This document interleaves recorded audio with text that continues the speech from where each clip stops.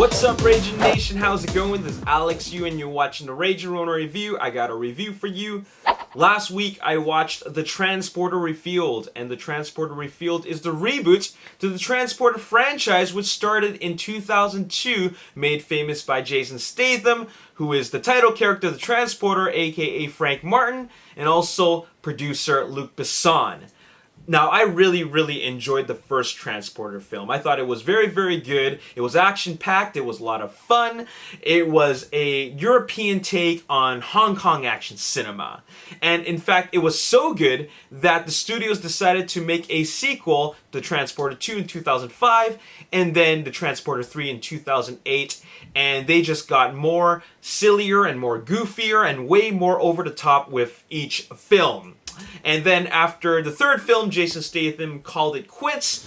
And then now we are getting the reboot in 2015. 7 years later after the Transporter 3, it is now directed by Camille Delamare and of course produced by Luc Besson. And this time the Transporter is played by Ed Skrein. Frank Martin, that's the character, of course, that he plays, and it also stars Ray Stevenson as Frank Martin Sr., which is his dad, and a bunch of other supporting cast members, which are mostly made up of models, female models.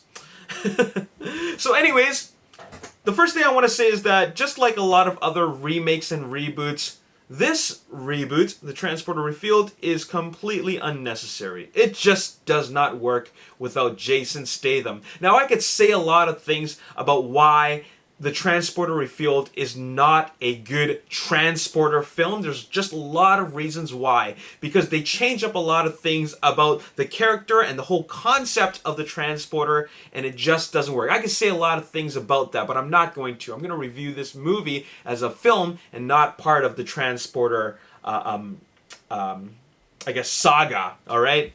As a film, it is just not a very good movie at all, mainly because this action film is completely...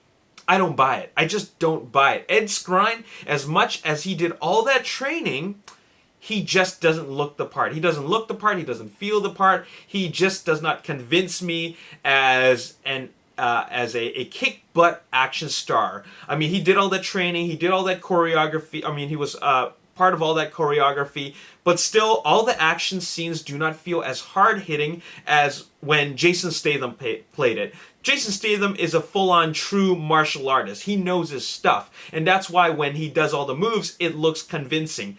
Ed Skrein, you know what? He's got a lot of work to do. None of those fight scenes just feel like they're impactful. I don't feel the impact. I don't feel the hit. I don't even feel like there's a real fight going on. I feel like it's over choreographed. It feels like it's just like people doing their dance steps. That's what it looks like. So it was quite poorly directed. And another thing is, speaking of the direction, it is just over-edited. Now, they started doing a lot of this with the third film. Actually, it started getting a little bit annoying with the second film and then the third film, and then now this one, there's just too much editing. Like, the fight scenes just cut back and forth between Frank Martin and then those female models doing the bank robbery or whatever they're doing, and it just goes back and forth, back and forth, back and forth. You never really see the complete fight, and then there's just way too many camera movements. Whether it's camera shake from the handheld camera work, or there's just too much spinning around of the fight. Like, the camera's on a track dolly, and then it just goes around and around and around. You know, there's too much of that, okay? Too much style, not enough substance, all right? If you watch the first Transporter film, you will see that they don't do a whole lot of that stuff. In fact, Jason Statham is skilled enough to be able to do like 5 different hits and combos before they cut the camera. So that's really unfortunate that they really messed it up.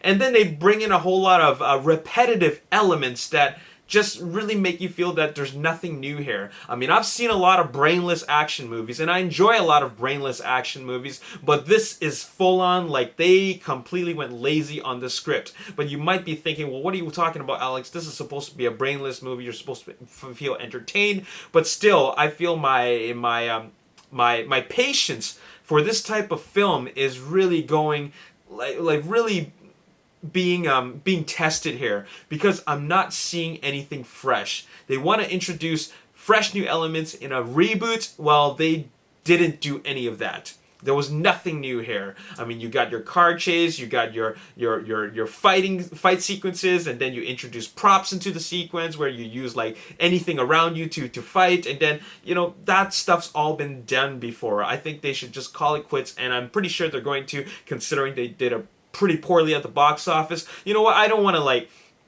wish poorly on them. I don't want to, you know, I hope that they're, you know, they make money and, you know, they're successful, but it really won't be able to make that kind of money because nobody wants to see this. It's true. I mean, nobody really wants to see a movie like this.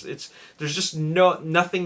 There's no fuel in the Transporter franchise. There's no more fuel in it.